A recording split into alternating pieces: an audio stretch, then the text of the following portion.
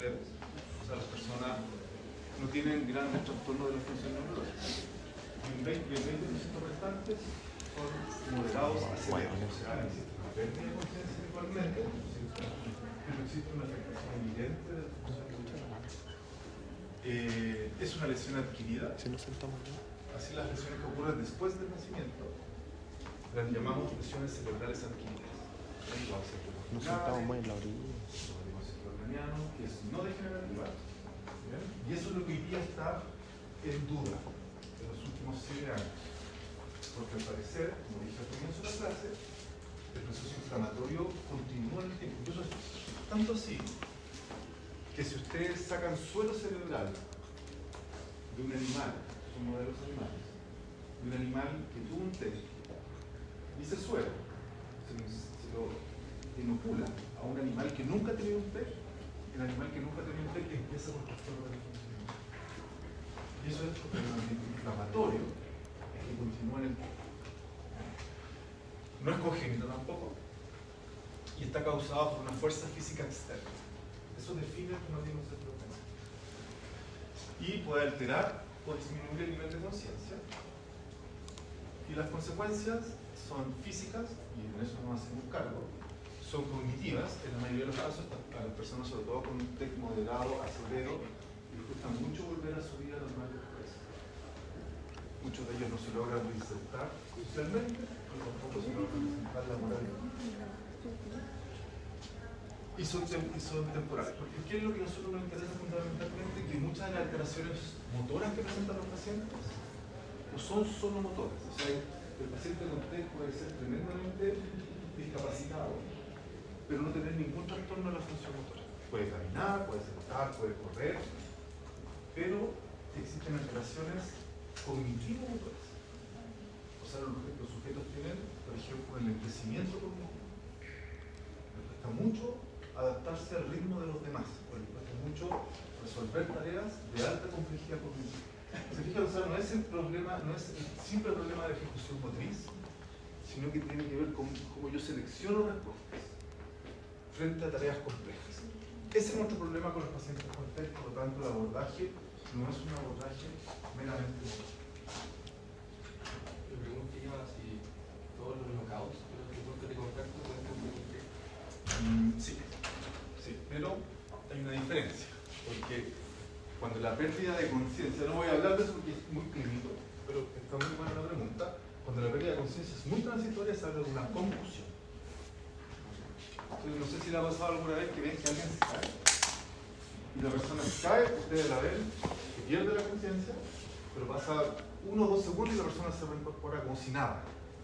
La persona que sufrió eso no se da cuenta que pierde la conciencia, pero uno de afuera lo observa. Eso es una concusión. Es un golpe, a veces no es sin pérdida de conciencia, pero este golpe grande, este golpe de alta intercambio de energía, como en el caso de un knockout, puede durar muy poco tiempo, ¿cierto? Porque cae al piso, queda noqueado y se para el tiro, o puede quedar en un estado permanente, incluso morir, por las complicaciones.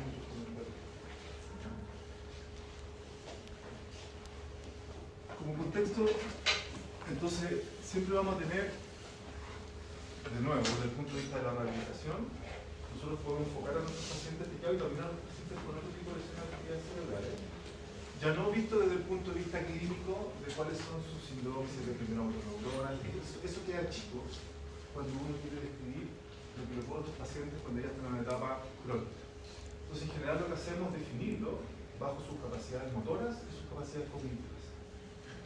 Entonces, si ustedes ven aquí, la capacidad, este gráfico que está a la izquierda, cuando mi capacidad, después de una injuria cerebral adquirida, cuando mi capacidad cognitiva es plena y mi capacidad motora es plena, yo digo que tengo una buena recuperación. En el otro extremo, cuando no tengo ninguna capacidad cognitiva y ninguna capacidad motora, luego de la injuria cerebral adquirida, hablamos de un paciente que está en coma. El coma es un estado en que las personas no responden a ningún tipo de estímulos y no tienen ninguna función motora, salvo la preservación de algunos reflejos. Algunos, no todos. Cuando la persona persona en coma, que puede ser inducido farmacológicamente, inducido por la lesión, se empieza a recuperar. Existe una variabilidad temporal, pero inicialmente la persona evoluciona hacia algo que conocemos como estado vegetativo, ¿bien? En el cual no es un estado vegetal, como actualmente o popularmente se conoce. Vegetativo porque se conservan las funciones neurovegetativas, o sea, la persona ya no depende del ventilador, no necesita droga vasoactiva, o sea, el tronco encéfalo está funcionando y está permitiendo que el sujeto se mantenga vivo. O sea, el nivel más básico de la conciencia biológica del individuo, lo que te mantiene vivo. Pero las funciones corticales no están presentes, por lo tanto no hay ningún signo de interacción con el entorno. No hay evidencia de que esa persona esté conectada con el entorno. Esa es la persona en estado vegetativo. Cuando esa persona evoluciona positivamente, esto puede ser en minutos, horas, o puede irse quedando en cada una de estas etapas, y no avanzar, no progresar nunca. Cuando esta persona empieza a tener algún signo de conexión con el entorno, que sea mínimo, pero fluctuante, o sea, hoy día lo presenta, mañana no, pasado tampoco, pero el sábado sí, pero ese signo de conexión con el entorno es inequívoco de conciencia, hablamos de un estado de mínima conciencia. Y el estado de mínima conciencia a su vez está subdividido. Entonces el sujeto en el estado de mínima conciencia. Cuando esta persona en el estado de mínima conciencia sigue evolucionando y logra una conducta, una comunicación funcional, hablamos de una persona con discapacidad severa. El sujeto evolucionó, logra alguna comunicación funcional, no significa que hable. Significa que es capaz de expresar ciertas ideas, o sea, refleja conexión con el entorno, y expresar ciertas necesidades, discapacidad severa. Cuando esa persona logra llevar una vida independiente, es una discapacidad moderada. Cuando esa persona se reinserta profesionalmente, ya hablamos de una buena recuperación. No significa que, ojo con esto, no significa que su sistema nervioso está normal. Significa que desde el punto de vista de la recuperación funcional, han logrado esa recuperación de sus actividades, tareas y capacidades. Que a la persona no le interesa. Nosotros hay déficits que nunca vamos a recuperar. Un sujeto con una debilidad, con una hemiplegia, un sujeto con una debilidad con una lesión periférica, quizás nunca la vamos a recuperar. Lo que importa es que esa persona vuelva a su vida. Eso es lo que nos importa. Lo hayamos muy parecido, solo que hace énfasis en otro estado que es completamente distinto, que es el síndrome de enclaustramiento. El síndrome de enclaustramiento, si fijan, hay una pérdida completa de la función motora, pero la función cognitiva está entre comillas normal. O sea, las personas pierden la capacidad de moverse, y esto porque se produce una lesión habitualmente asociada al tronco basilar o a la arteria vertebral, y por lo tanto se suprime la irrigación de la pared anterior del tronco encéfalo por donde descienden las vías motoras. Entonces las personas no tienen la capacidad de ejecutar voluntariamente ningún tipo de giro motor. Cuando la lesión es baja, conservan los primeros pares craneales, que están muy arriba del tronco. Como están muy arriba, logran movimientos derivados del tercer par craneal. Por lo tanto, logran controlar los ojos, y esas son las personas que ustedes ven que usan sistemas comunicativos usando la mirada. Lo han escuchado, ¿no es cierto? Eso es síndrome de enclaustramiento, completamente distinto al síndrome vegetativo, donde la persona no tiene conciencia. La persona enclaustrada sí tiene conciencia, pero tiene una pérdida motora. Ahora, si uno lo mira, fíjense, nosotros tomamos este contrato que publicamos este año. ¿Quiénes son las personas que están en estado vegetativo en nuestro país? ¿A qué se debe? A que tengan, ojo, 40% de las personas tienen un origen traumático. Traumatismo encefalocraniano. Personas que sufrieron una caída, sufrieron un golpe. De estos que son traumáticos, el cerca del 20% son por accidentes de tránsito. Cerca del 10% son caídas de altura. Perdón, los primeros 20% son atropellos. El 10% son accidentes de tránsito, o sea, choques, colisiones. Y cerca del 2 o 3% son por golpes con objetos contundentes. Hay otro subgrupo que son anóxicos. O sea, son personas que tienen un daño cerebral grave, pero ya no es por un trauma, sino que es por una pérdida de la irrigación sanguínea. Y de estos, el 20% es asociado a una patología cardíaca, o sea, un infarto agudo del miocardio. Infarto agudo del miocardio, 3, 4, 5, 8 minutos, el sujeto no sale, a los 10 minutos sale. El corazón vuelve a latir, pero ya estuvo 10 minutos ese cerebro sin oxígeno. Por lo tanto hay un daño generalizado. El 8% asociado a cirugías. El 4% asociado a ahorcamiento, o sea, intentos de suicidio. En general, clasificamos todo como intentos de suicidio. Personas que no tienen éxito en el suicidio y entonces quedan con secuelas permanentes. De hecho, este número los revisores lo encontraron tan alto. Tuvimos que argumentar que era así. Y claro, y ahí en Chile ustedes saben que la tasa de suicidio es muy alta, es la más alta de Latinoamérica, o de intentos de suicidio. Y cerca de un 3% reacciona adversa a algún medicamento. Y los vasculares, el 10% accidentes cerebrovasculares, y los otros. Ese es nuestro escenario. No tenemos datos del traumatismo craneano en Chile disponibles para analizar, pero sabemos que en Estados Unidos el 40% de las muertes por trauma, cuando uno escucha, por ejemplo, pacientes en un accidente, fallecieron en el lugar 2 personas y otras 3 tan graves, de esos 3 que quedan graves, el 40% no mueren en el momento, sino que va a morir en los siguientes semanas o meses. Y bueno, ustedes pueden ver la cantidad de personas que sufren TEC, y por esto que se le ha llamado al traumatismo craneano la epidemia silente. Estas personas después desaparecen del mundo y desaparecen con secuelas. ¿Cuáles son las causas más frecuentes? El golpe directo o el golpe directo en el cráneo o un movimiento violento del cráneo. ¿Cuál puede ser un movimiento violento del cráneo? Por ejemplo, un choque, ¿cierto? Un choque, latigazo. El latigazo, claro, también. Eso es muy frecuente. Y lo que ocurre ahí es que el parénquima cerebral dentro del cráneo se agita. Es como tomar una botella que tiene agua, una botella que está media de agua y moverla. Como el parénquima cerebral, como les conté la otra vez, a diferencia del nervio periférico, no va con toda esta envoltura del tejido conectivo. El parénquima cerebral queda libre dentro de la cavidad. Y recuerden ustedes, nosotros aprendimos aquí anatomía con los cerebros de formalina, pero uno se queda con esa idea durante mucho tiempo. Pero la consistencia del tejido cerebral es más bien parecida a la de un yogur batido. Esa es la consistencia. No el cerebro que estamos acostumbrados a hacer duro de formalina, que uno lo puede casi quedar en un bote y bueno.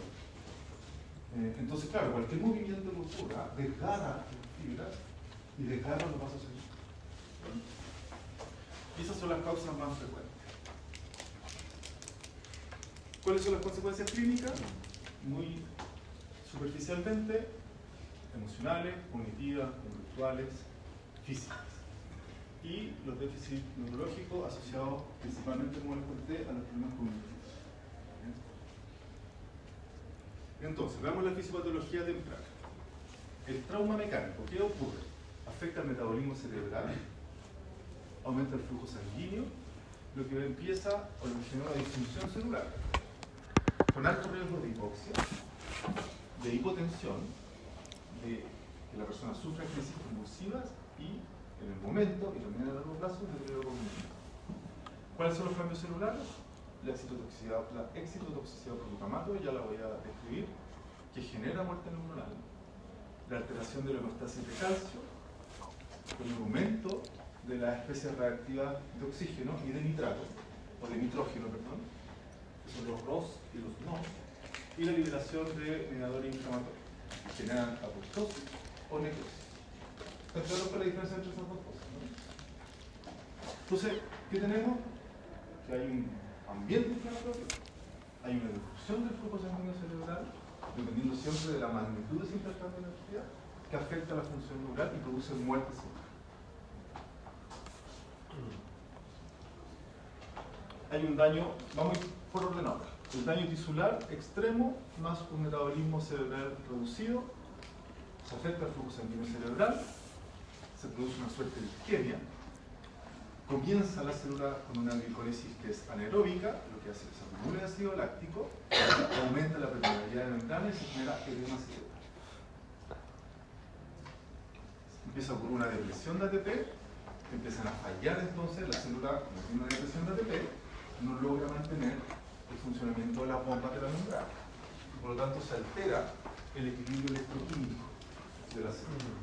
Al alterarse el equilibrio electroquímico de la célula, los canales dejan de funcionar y eso es lo que produce el aumento de la permeabilidad de la membrana.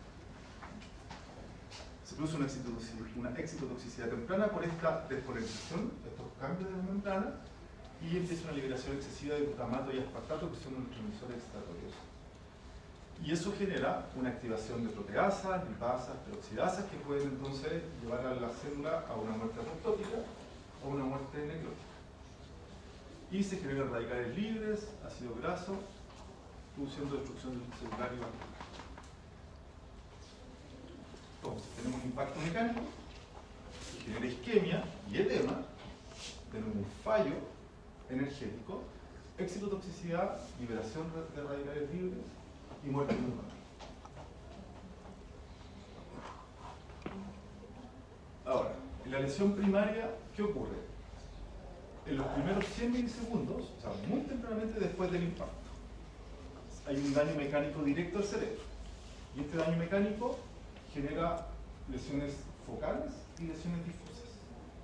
Las lesiones focales pueden ser hematomas intracraneales, fracturas de cráneo, laceraciones, contusiones o heridas penetrantes. En un cuchillo enterrado en el cráneo, o una bala, un proyectil.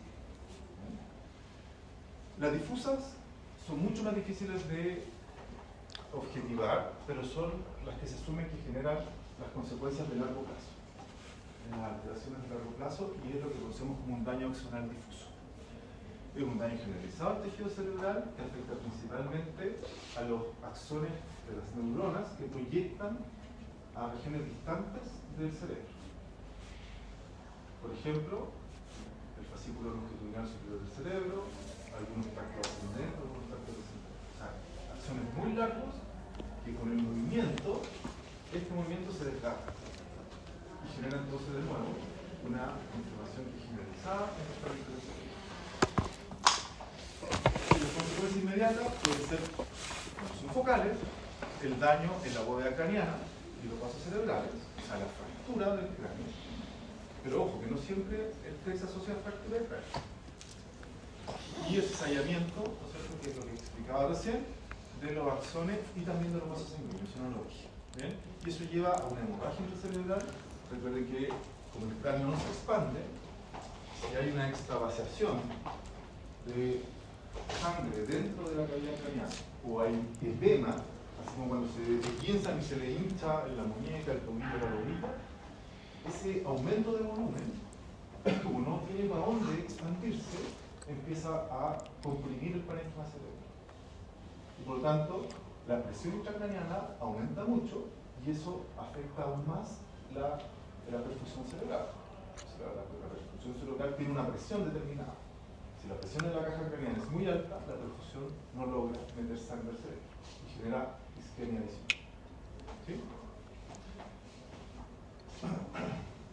Entonces, ¿qué tenemos? La discuria primaria, tenemos los movimientos, el golpe, o el golpe directo, que produce una elongación y distensión de los vasos sanguíneos, de las neuronas, de la glía, y la injuria secundaria, y tenemos la deformación mecánica del tejido que resulta en muerte celular necrótica. Tenemos las complicaciones secundarias, que las vamos a dividir en sistémicas y celulares. Las sistémicas tienen relación con la disminución de la perfusión craneana, del flujo sanguíneo, de la reducción del flujo sanguíneo cerebral, llevando isquemia, y el aumento de la presión intracraneana, lo que mencionaba recién. Y el daño secundario celular, la disfunción mitocondrial, la inflamación, la excitotoxicidad y la sobrecarga de calcio y el estrés oxidativo. Cuando tenemos esta muerte celular programada, apoptótica o necrótica, la disfunción sináptica y las alteraciones sistémicas, esto genera que las redes neuronales dejen de funcionar entonces de manera normal y se hace objetivo esta pérdida de función neural. Uno la puede explorar midiendo la función sensitiva, la función motora, midiendo el estado de conciencia o alguna otra función cognitiva. ¿Estamos claros hasta acá? Sí. ¿Qué era la excitotoxicidad? La excitotoxicidad se produce con un cambio en la alteración de las propiedades de la membrana, una liberación excesiva de neurotransmisores excitatorios, que hace que, sobre todo el NMDA, libere mucho calcio a la célula. Por lo tanto, el calcio, recuerden que gran parte de la energía de la neurona está destinada a mantener los niveles de calcio dentro de la célula con un rango muy estable. Porque el calcio dentro de la célula, dependiendo de la concentración, activa distintas líneas de señalización. Y una de ellas es la apoptosis. Eso, cuando el calcio aumenta mucho, la neurona va a un proceso.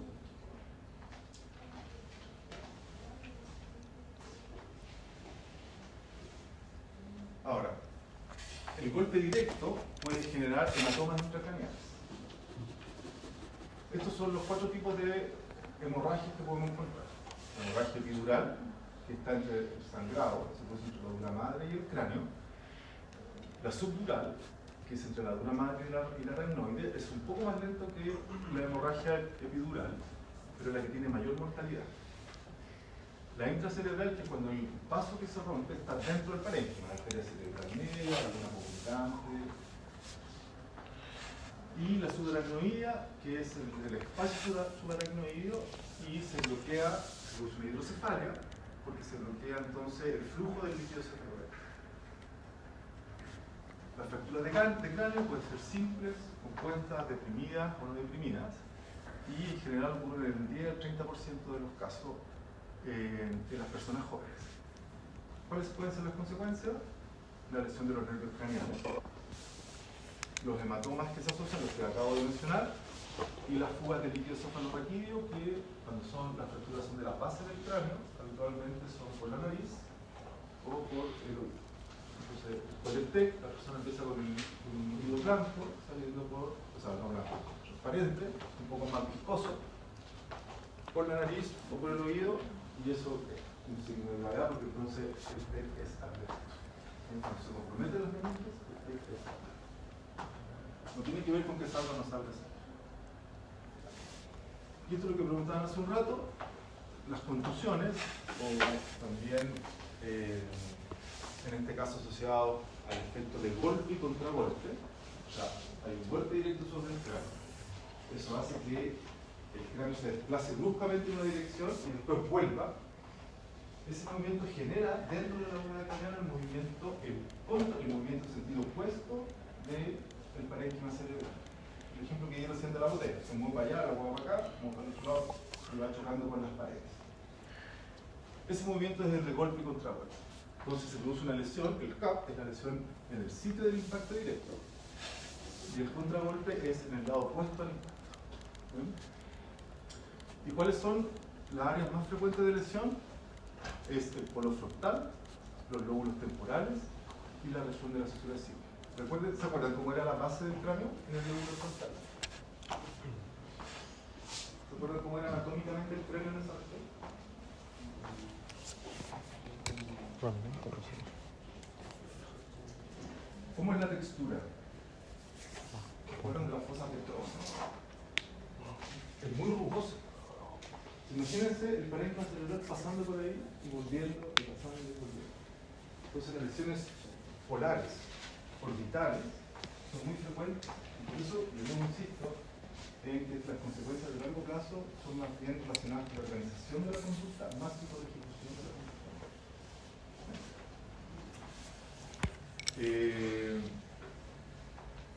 Entonces tenemos que esto genera hemorragia, ya lo dije, daño sináptico, contusiones y la lesión axonal difusa, que es la que al parecer estaría teniendo más consecuencias de largo plazo.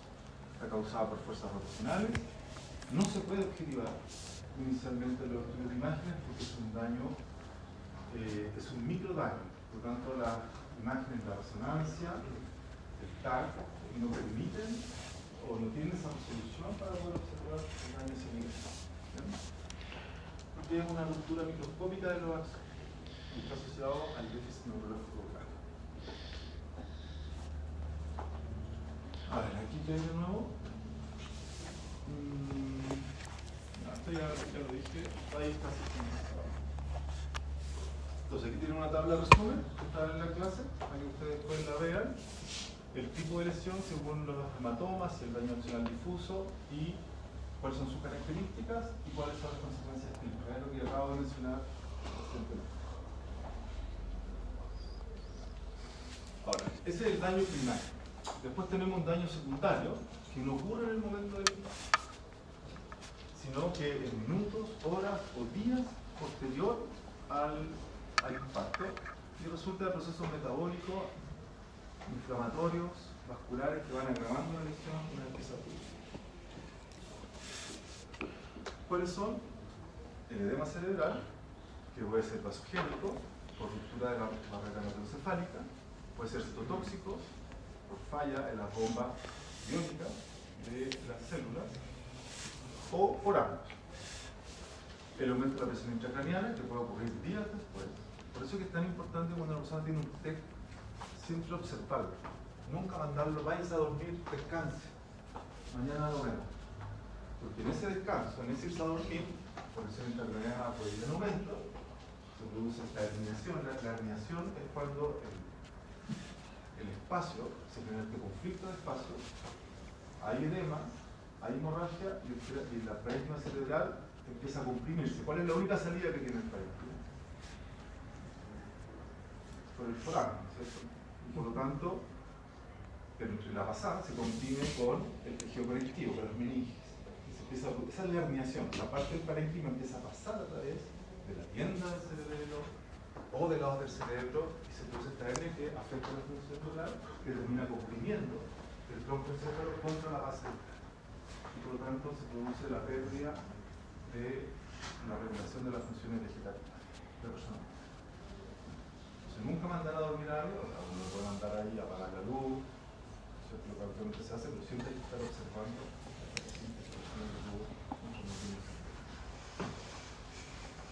idealmente llevarlo a un servicio.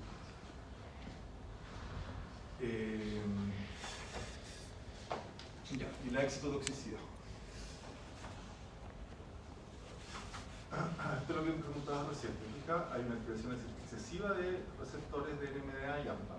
Como tú preguntabas, eso produce una entrada masiva de calcio principalmente, de sodio también, pero el calcio es el señalizador y la muerte neural por apoptosis, en el caso del aumento de los niveles de calcio, y necrosis en el caso del aumento de los niveles de calcio.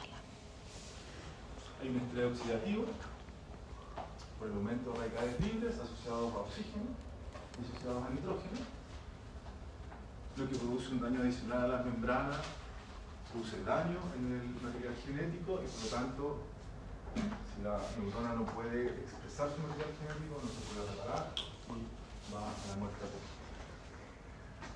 En el caso de la mitocondria hay una sobrecarga de calcio, se pierde ATP y por lo tanto se pierde la permeabilidad también de la mitocondria, no hay energía en la célula, no se mantienen las bombas de la membrana plasmática y la célula va a la muerte neuronal.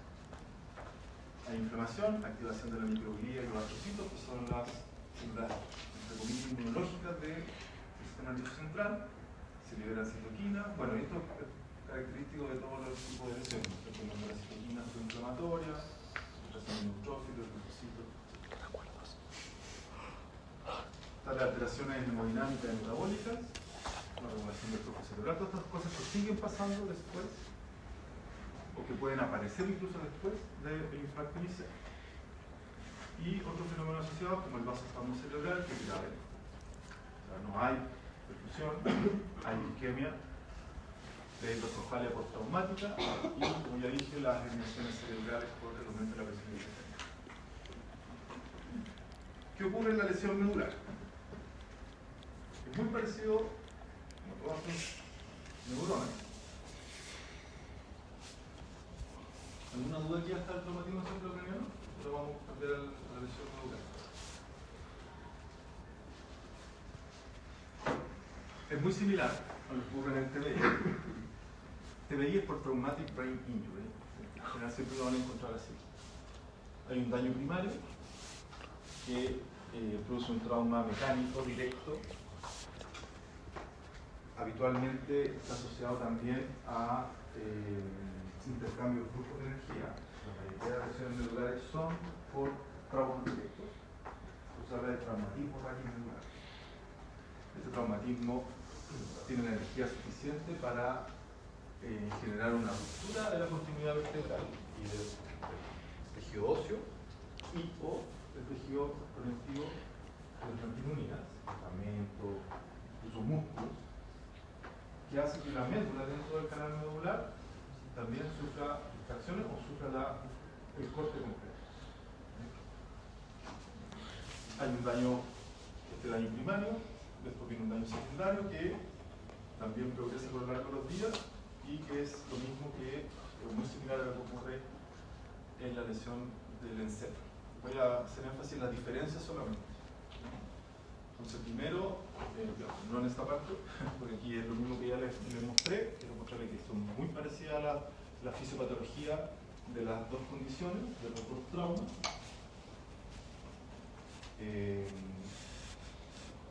Pero aquí hay algunas diferencias que son importantes. Por ejemplo, en relación a los procesos inflamatorios, si yo tengo una lesión medular, y esa lesión medular afectó, por ejemplo, el nivel C5 de la médula espinal, o sea, un accidente de tránsito con un fuerte latigazo que produce una lesión a nivel cervical C5. Las lesiones más comunes son las cervicales, el 50% de las lesiones medulares son cervicales, el otro 50% son dorsales o lunares. Por supuesto, las lesiones cervicales son mucho más discapacitantes que las lesiones dorsales y las lumbares. Y la mayoría de las lesiones medulares están asociadas, como ya dije, a trauma y dentro del trauma a accidente de tránsito. Es tanto que la recomendación internacional de la OMS es que los países en vías de desarrollo tienen que generar políticas adicionales para evitar el aumento de la incidencia de lesiones medulares asociadas a accidentes de tránsito. Lo que no está ocurriendo en los países desarrollados, está estabilizado, pero los países en desarrollo como nosotros va en aumento la lesión medular asociada a accidente de tránsito. Si una persona tiene una lesión C5 y la inflamación es mal manejada, o sea, la posibilidad de que ese daño inflamatorio afecte a otros niveles medulares es alta. Entonces, el sujeto puede tener una lesión inicial en nivel C5, pero el daño inflamatorio puede comprometer los niveles C6, C7. Y eso es tremendamente, marca una diferencia enorme. Una persona con nivel C5 es una persona que es capaz, o lo voy a dar otro ejemplo más claro, C7. Una persona con nivel C7 es capaz de hacer fuerza extensora de brazo, de hacer extensión de muñeca, de afectar los brazos. Y eso le da opción a hacer muchas funciones después. O sea, y ahí trabajamos mucho nosotros. Hacemos que esta persona que solamente tiene extensores de codo, extensores de muñeca y flexores de brazo pueda moverse de una silla a otra, pueda pasarse, pueda levantarse en la mañana, pueda manejar un auto, pueda manejar su silla de ruedas. Y todo eso lo hacemos cuando los entrenamos. Pero si la inflamación es tan severa y compromete el nivel C5, o sea, se expande a C6, C5, la persona ya solamente puede mover los brazos. Ya no tiene extensores de codo ni extensores de muñeca. Y su nivel funcional se reduce. Ya no todos van a ser capaces de manejar un auto, ya no todos van a ser capaces de transferirse en la mañana, de despertar en la mañana y ser independientes de hacer sus cosas. O sea, es muy severo, o sea, es muy importante el manejo agudo de la lesión.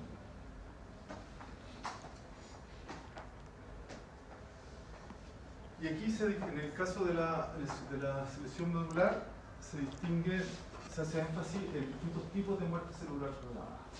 Entonces, la apoptosis, que es la que ustedes conocen, la necroptosis, que es una suerte de necrosis pero regular, ¿bien? Que está mediada principalmente por TNF. Hay una autofagia que tiene dos roles. Tiene un lado positivo, que hace que produce una limpieza celular, remueve rápidamente los detritos del tejido biológico que quedó después de la lesión, pero también produce una muerte excesiva de las células que no están afectadas. La ferroptosis que es una muerte dependiente de hierro y especies oxidativas asociadas al depósito de hierro en la médula lesionada, lo que también afecta después la conformación de la cicatriz glial. La piroptosis, que es una muerte inflamatoria mediada por caspasa 1, y la paraptosis, que no se conoce mucho, pero está asociada a la disfunción del retículo endoplasmático y la disfunción endoplasmática. Entonces, ¿por qué les menciono esta? Porque hay ventanas de oportunidad. Hoy día, tal como lo mencioné en la clase anterior, cuando hablamos de las lesiones del nivel periférico, yo he usado algunos ejemplos de lesiones centrales. Sabemos que la neurona, cuando se daña y sobrevive a esta inflamación inicial, o sea, cuando sobrevive a varios procesos que acabo de mencionar, tiene la capacidad de recuperarse y de proyectar nuevamente su forma accional, a su célula diana. Tiene toda la maquinaria para hacerlo. Si su material genético está indemne, el retículo endoplasmático está funcionando, la mitocondria está funcionando, entonces el transporte accional está funcionando, con el crecimiento va a crecer y va a llegar a una célula. Pero hay algunos problemas que se van a enfrentar en esto. Primero se va a encontrar con una barrera mecánica, que es la cicatriz glial. La cicatriz glial, igual que cualquier otra cicatriz del cuerpo, tiene un depósito alto de tejido conectivo que acumula, bueno, que genera una barrera mecánica del paso axonal, pero también acumula muchos factores inhibidores del crecimiento axonal. Entonces, cuando tenemos hoy día, entonces gran parte de la investigación está centrada en la cicatriz glial, en ver qué tipo de fármacos pueden potenciar la acumulación de factores promotores del crecimiento y reducir la cantidad de factores que son inhibidores del crecimiento. Entonces, hay algunos de estos, por ejemplo, asociados a la ferroptosis, por ejemplo, algunas sustancias que inhiben la formación de la cicatriz glial, favoreciendo entonces que las células puedan proyectar sus axones. Y está demostrado que mejoran la recuperación funcional de las personas y de los modelos animales luego de sufrir una lesión neuronal. ¿A qué está jugando? ¿Puedo ir a jugar la pelota? Es que no me parece.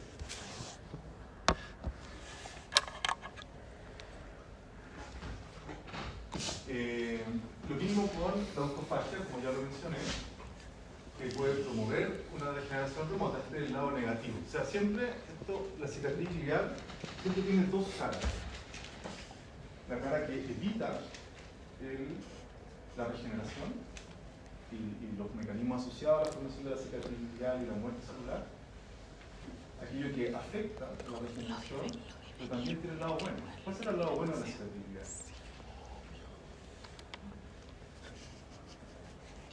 Que ayuda a mantener el daño.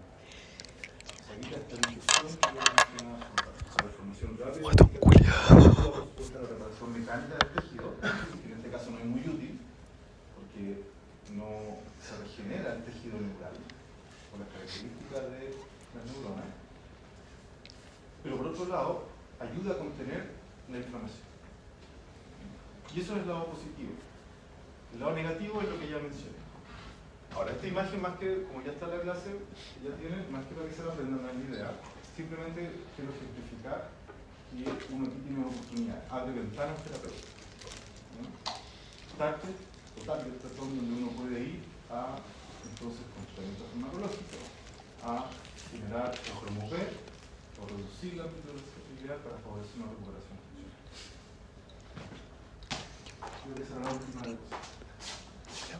Entonces, como conclusión, tanto el cromatismo cefalocraniano como la lesión medular, ambos tejidos del sistema nervioso central, comparten la isquemia, la citotoxicidad, la liberación de radicales libres y la inflamación como el eje del daño secundario. Son diferentes en el daño primario, aunque la mayoría de los dos están asociados al trauma directo.